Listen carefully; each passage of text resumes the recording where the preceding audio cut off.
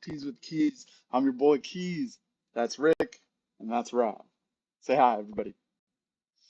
What's Yeah, good? yep, there you go.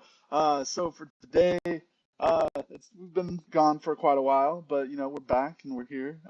It's been kind of sad in the NFT world, so it takes a minute to recuperate from all the losses.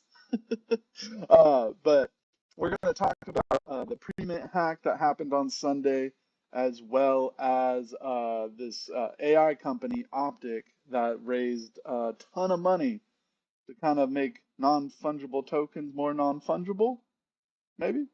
And then also too, we're gonna talk about it's been a while. It happened a while ago, but about some recycled art happening in the NFT space. Kind of more specifically, it happened. We saw it really happen in the Cardano space, but this is not also something that's only happening there. I'm sure it happens everywhere Right. else. But let's just kind of jump into this pre-mint hack thing. So basically, on Sunday, some hackers, again, I don't know how much hacking is involved with what they did, but they infiltrated Premint and they stole 320 NFTs and more than $400,000. Or I think it gets a little weird the way it gets reported. I don't know if they actually stole Ethereum that way or if it's what they made off of selling the NFTs that they sold. But according to analysts by blockchain security firm 30K, the hackers compromised the Premint website on Sunday with malicious JavaScript code. So again, kind of hacking? You're the resident hacker Hmm. over here. Is that kind of, I don't know, it's kind of I, hacking, I, right? okay. All right. I'll put it to you this way. Definitely hacking. Okay. Definitely hacking. I'll get hack stamp for approval. All right, cool, cool, cool. So yeah, so basically what they did is they created a pop-up that prompted people to go in there and then verify their wallet ownership.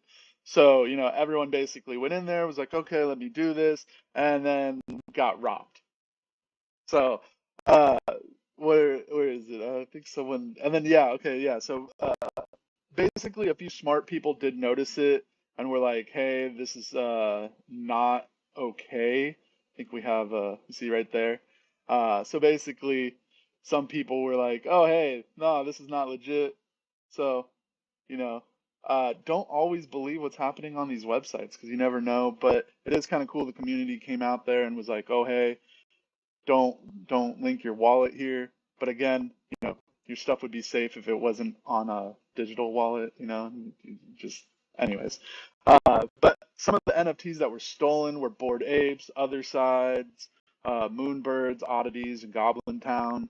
The hackers collected 275 ETH or Ethereum, whatever, however you want to say it. But it's being Ooh. reported that's through the sale of like 302 of the stolen NFTs. So I don't think they stole the Ethereum. I think they just stole the NFTs and then quickly put it up on OpenSeas and made a Nah, profit. no. They had to have stole the Ethereum. We're over here talking about how bad NFTs are doing. Like, no one's buying NFTs right now. You didn't sell 302 NFTs. Come on. Come on. Yeah, that's true. That's true. But apparently, what the hackers did is they cycled through the all the funds through Tornado Cash, which is basically one of those places that spins. It's basically digital laundry, money laundering. So what they did is they put it through this program or this app or website or whatever, and then it basically gets rid of the digital trail by giving a bunch of other wallet numbers, and so it's like impossible to find. Impossible in air quotes. Yeah, I don't yeah. know. Nothing's impossible in blockchain technology. You can trace something.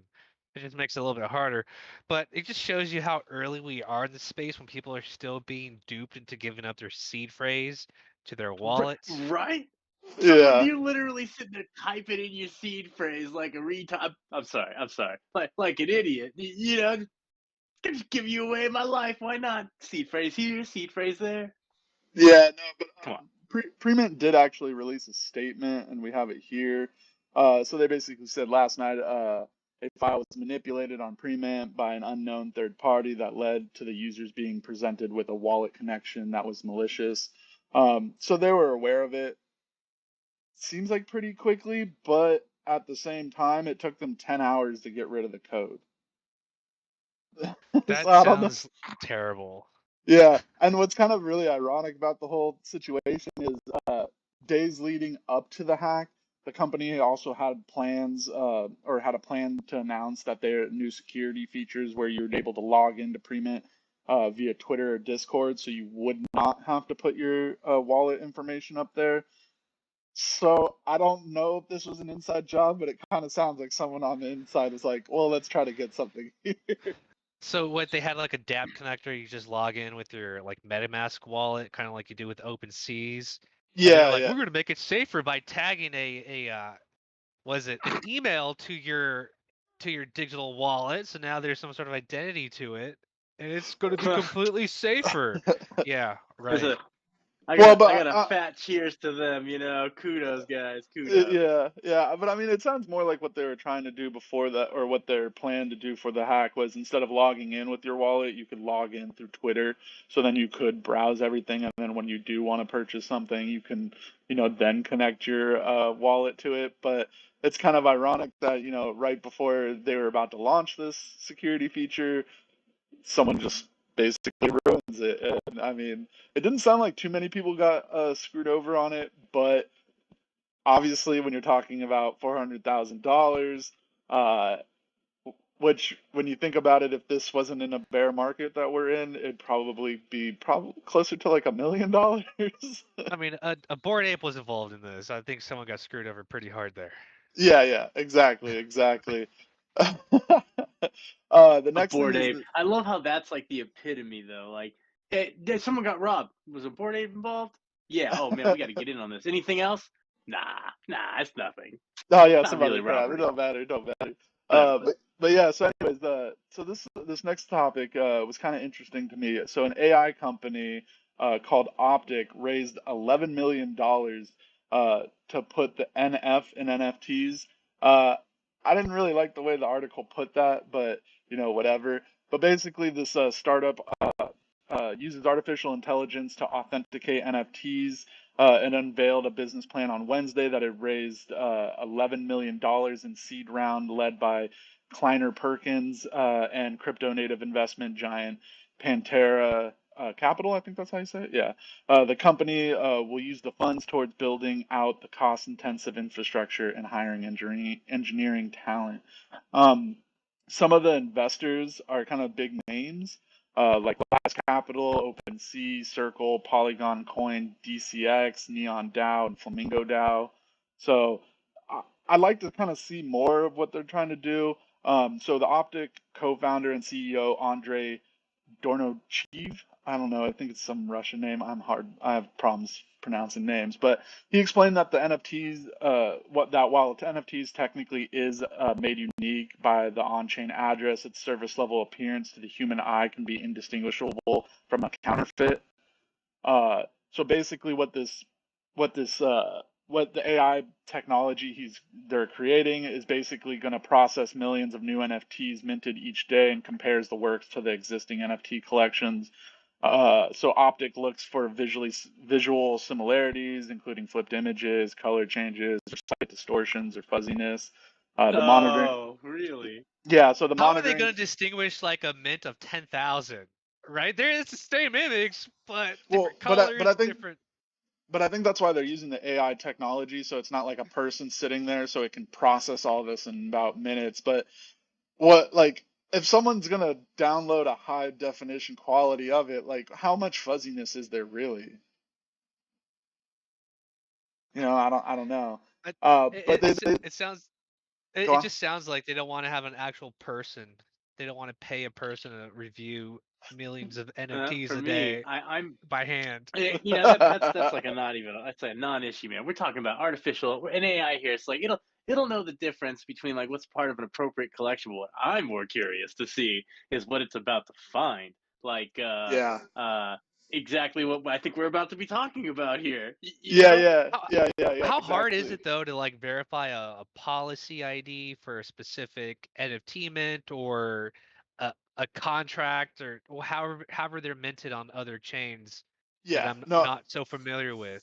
Yeah, no, I agree. It kind of seems like a redundancy to have this, You know, so I don't know, but I mean, it might make it easier for some of these, marketplaces. I mean, the monitoring tool informs marketplaces, brands, and media companies about the potential IP violations.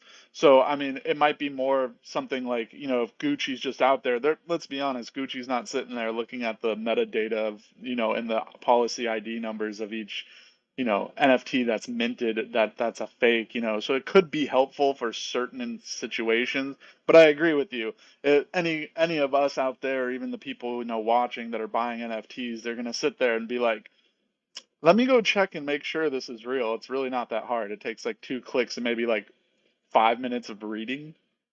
it's And you it's know what like for happens if you don't do that? People accidentally buy things that they think are so real. I know someone pretty close to me that did that one time. It was a real shame. well, no, this is like for corporate entities. Like, I don't think anyone's going to be stealing a Pepsi NFT anytime soon. If they want to have the reinsurance having an AI scan the chain or IPFS for reprints or reposting of their images, sure, I guess, but No, no.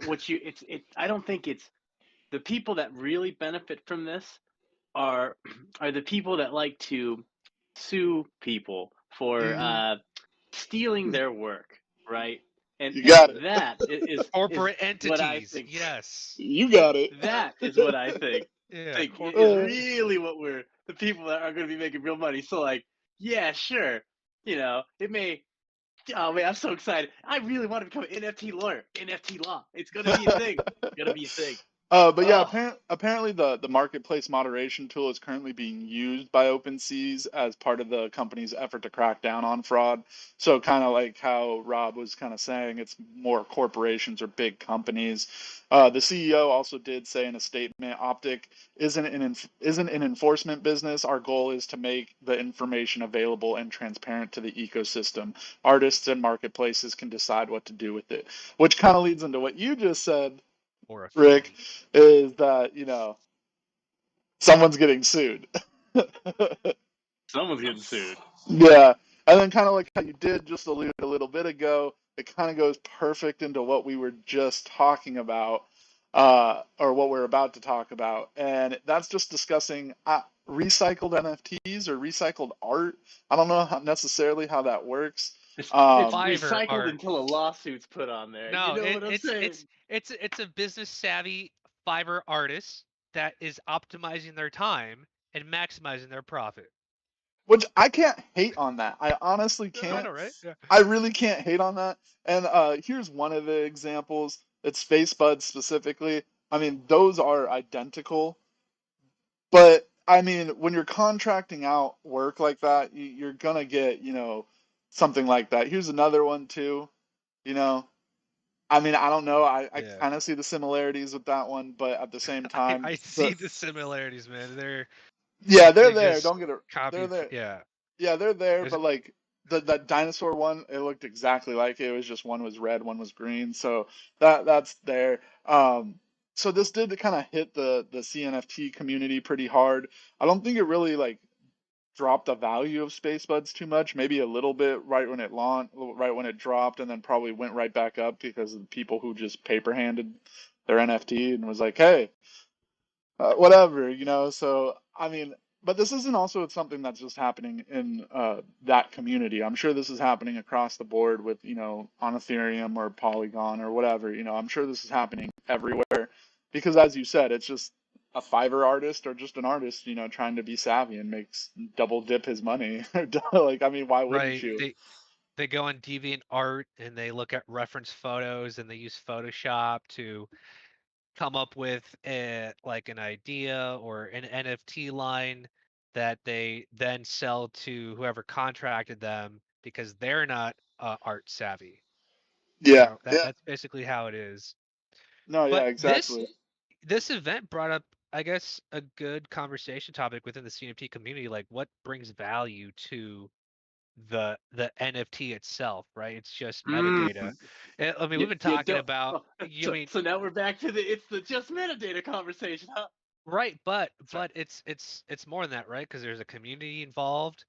The creator Alonso, behind the Space Buds, he's actually produced projects or code that furthers Cardano and puts utility to an NFT token when there Mhm. was no utility to begin with, right? So Yeah, there was no smart contracts when NFTs came out, and then when smart contracts came out, well, I mean, he's creating identity tokens for these NFTs through smart contracts. yeah. I mean, I think that's a good point. I mean, as everyone knows, I mean, I'm all about the utility of an NFT. I mean, sure, having the art is cool, but I have some NFTs that are just art, but I like looking at them. I have it on my watch. I like look at it every day, so that's different. Like I would never sell those just because I don't care that, I spent some money on that. That's what I want to do. I wanted to support the artist, but like some of these people, No, like, I don't care that I spent some real 2020 money on it. no, I mean a lot of my stuff was on HEN, so it wasn't like I spent a ton. It was on Tezos, so it's like I spent maybe like Or 20 bucks for some of these NFTs, but so it's just like, that was just me wanting to support, have the artists work. Like that's for me, like, but some of these other projects, like, kind of how we've discussed in the past that have more utility, or like kind of like Bored Apes have, the whole, you get the licensing, the commercial rights to that NFT. You can do whatever the hell you want. Um, You just gotta like steal ignore one from Seth Green. you gotta ignore some of that white supremacist undertone oh my Oh, God. yeah, within the the Bored subtext. Apes. That's right. Yeah, I mean, yeah, the Oh my you didn't God. get subtext. that? I got that immediately. Like when Rob Yeah. asked me, "Hey, did you hear about all the white supremacy in Bored Apes?" And I flat out, you that this doesn't scream that to you? You didn't get that right away? Oh man. Yeah. I mean, there was the one with like the Wilhelm helmet or whatever. Like, I don't know. Yeah. Like, Isn't that their but Yeah. logo? No, no, it's the yeah, Weimar Republic helmet or the yeah, yeah. yeah. But yeah, this also brings up another thing about like contracting artists to do art compared to bringing these artists on board. I think that's another thing that we need to, like, people who are starting an NFT collection need to do. They don't go to Fiverr. I mean, yeah, sure you can, but I think people will start to do a little more research, which is good for the community as a whole. But I also think that if you're going to start an NFT project and you can't do art, don't start an NFT project. Or make sure your best friend or someone that you want to like do this with can do art. Because if you can't, if you're not going to have that, like you're going to end up in this situation. And if it does get out, I mean, Spacebuds has a big following. I think a lot of people in that community were kind of like, well, I don't care, whatever, and they, kept on trucking. But if this happened to a Mm. smaller one or something that was newer, this could be catastrophic and be labeled a rug pull, and that would screw you going forward if you try to do another Yeah. project. Yeah. So And if you're an artist, get paid up front and make sure you yeah, have a contract to get part of that royalty fee. yeah, exactly. You don't You know, see, and maybe then look that's into where getting that that into a smart contract. Yeah. and that's where that NFT law will end up coming into play again when people try to screw you. Like, nah, there was no, yeah. Anyways, but I mean, the other thing too is does this like kind of thing damage the NFT community, CNFTs, NFTs, whatever, just NFT community as a whole, or is it just does this really affect it at all? That's kind of like my next question on that. Me personally, I don't really think it. I think it does damage it up front, but it damages the person who started, or the team that started the project. It damages their reputation. I don't think this does necessarily damages NFTs as a whole or the community as a whole. Well, I can speak. Well, I'm somewhat familiar with Space Bud. So when they first came out, right? I don't think any of the team were artists. Yeah, So to kind of come out with a concept, they would go to maybe a Fiverr artist or a deviant art artist and just tell them what they wanted to make, and they went out and go do it, and they're not sophisticated enough to go search on those forums or wherever to see if there's art that's copied. I mean, they, I guess, trusted the artists to come up with original art, which wasn't the case, right? And if it was a weaker community, it could have rugged it. But because yeah, the Spacebuds community is so strong, and there was talk about, well, we can always put out a different link associated with your metadata through a smart contract. So instead of having this 2D art, we can have 3D art now. So there was a discussion: should we change the art, right? And then what is the Well, NFT? It comes up thank with you. more Thank you. questions. Do you remember that argument we had that one time back in the day, Rob? And I was trying to explain to you how it really is nothing, and like I, as someone that has total control over this, can go in and change the picture you're looking at to whatever Hey, I want. hey, Like I yeah, could easily pull the old Disney method on you, the tried and true bait and switch, give you the Obi-Wan right. Kenobi NFT, only to leave you with the Princess Leia little girl. Yeah, no, there was talk about changing up the IPSF links and all that stuff through a smart contract. But I mean, I've said this, like I'd take a black square as long as there's utility with that metadata, right? I don't give a crap what it looks like. I am not one for the art, okay? And Well, now, welcome to my school of thought. right, just I'm glad we're all on the I'm same page. I'm in it for the utility. It could be a black square as long as it gets me in the door to some exclusive club, man. I don't care what it looks like.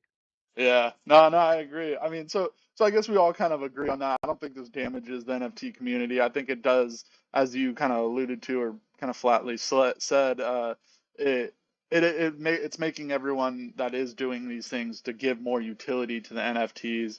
I know a lot of people throw that around like, oh, utility, but that's what's important at this point in 2022 with NFTs, and I think that is how NFTs are going to continue to grow, is by adding more utility to projects or to whatever. Even individual artists, if they, are able to figure out a way to add utility, which that's kind of seems where it gets a little, not to deviate too much, but I think that's where it kind of gets tough. How can an individual artist create utility? It's one thing for a project because you have a community, a large community, but if you're just an individual artist, making art, how do you create utility for that? It's not like you have access, unless you do, but it's not like you have access to, a yacht, unless, again, you do, or you have access to these like clubs around the world or, whatever, like, you know Well, what I mean? they got to start, social networking to some of these places, right? And maybe Yeah, learn the code. Maybe learn the code so they come up with some sort of script. or Uh, you just partner with somebody that does all of that. So you could yeah, have Ndabu, partnered with Nike. Boom. right. Yeah, Yeah. no, that's true. Come up with a Um, team and a yeah. business plan, right?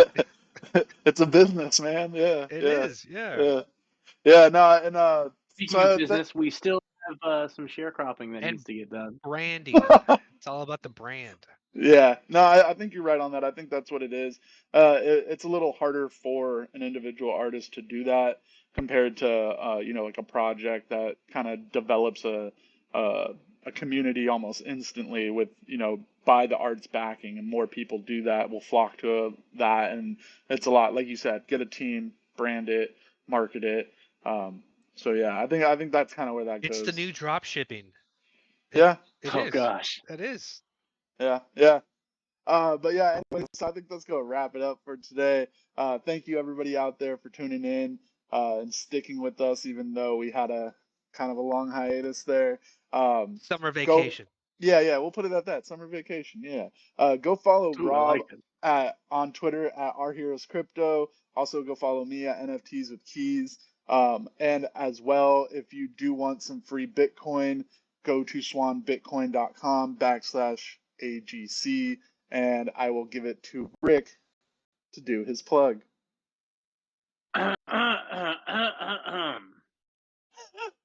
So, you know, we talk about all these cryptos all the time, and I'm sure you wonder, well, what crypto should I really be investing in? The obvious answer here is Bitcoin. You should be putting money in Bitcoin. But if you're not putting it into Bitcoin, you should look into Cardano.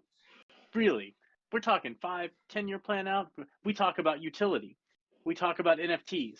And when I tell you Cardano has all of these, they do and more. Their development is bar none the best of probably any crypto project you can put your money into now.